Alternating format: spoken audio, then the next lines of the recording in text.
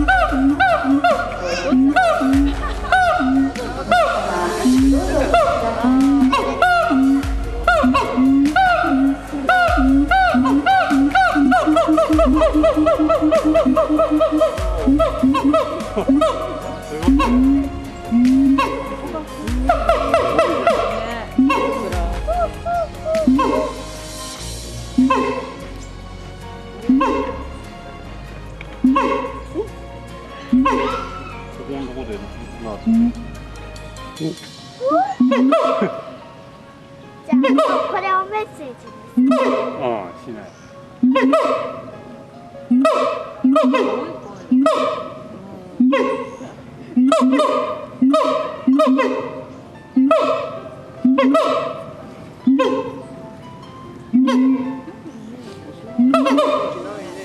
おいでおいでって。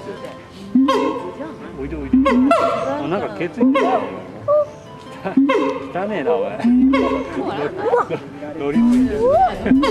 でもさ、こんなずっと。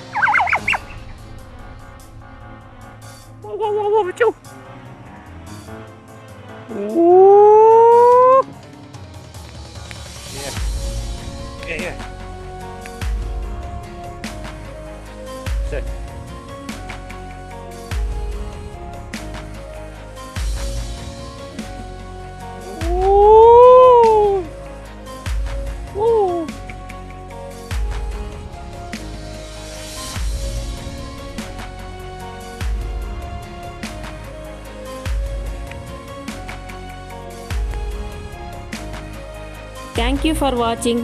ఈ వీడియో మీకు నచ్చితే లైక్ చేయండి, షేర్ చేయండి, సబ్స్క్రైబ్ చేయండి. అలాగే మీ ఫ్రెండ్స్ కూడా చూడాలనుకుంటే వాళ్ళకు కూడా షేర్ చేయండి. Thank you.